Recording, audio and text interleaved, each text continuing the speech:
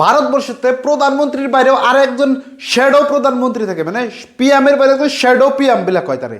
তো ভারতের বর্তমানে পিএম মানে প্রাইম মিনিস্টার নরেন্দ্র মোদী, তাহলে শ্যাডো পিএম কেরা বর্তমানে ভারতবর্ষের শ্যাডো পিএম বিলা করলে রাহুল গান্ধী। আর ক্যাবিনেটের অর্ডার অফ প্রেসিডেন্টের লিস্ট দেখলে 1 থেকে 7 নম্বরে, মানে 7 নম্বর পজিশনে থাকে রাহুল গান্ধীর নাম, মানে লিডার অফ অপোজিশনের নাম।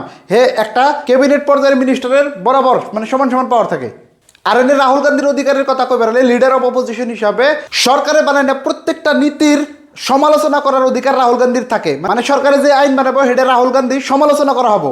আর সরকারে বানায় না কোনো নীতি যদি বিরোধীর পছন্দ না হয় তাহলে তার বিরোধ করবা পারার 1 নম্বর ব্যক্তিটা হলো রাহুল গান্ধী, মানে লিডার অফ অপোজিশন যে থাকবো হে। তারপরে সিবিআই ডাইরেক্টরই হোক বা ইলেকশন কমিশনারই হোক, এগুলা নিযুক্তি দেওয়ার ক্ষেত্রেও লিডার অফ অপোজিশনের একটা গুরুত্বপূর্ণ ভূমিকা থাকে। তার মানে বিরোধী দলপতিজন সরকারের বিরুদ্ধে থাকে, সরকারের নীতি আদর্শের মধ্যে যদি কোনো ভুল ত্রুটি থাকে এখানে সরকারের দেখা দিবেন দায়বদ্ধ থাকে। সেই জন্য লিডার অফ অপোজিশনের শ্যাডো পিএম মানে শ্যাডো প্রাইম মিনিস্টার বিলেও কয়।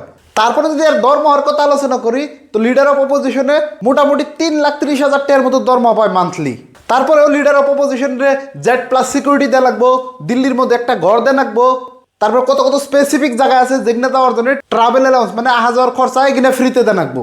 তো এইরকম পাওয়ার থাকে লিডার অফ অপোজিশনের। আর বর্তমানে বাংলাদেশের লিডার অফ অপোজিশন বা শ্যাডো প্রাইম মিনিস্টার হিসাবে আছে রাহুল গান্ধী।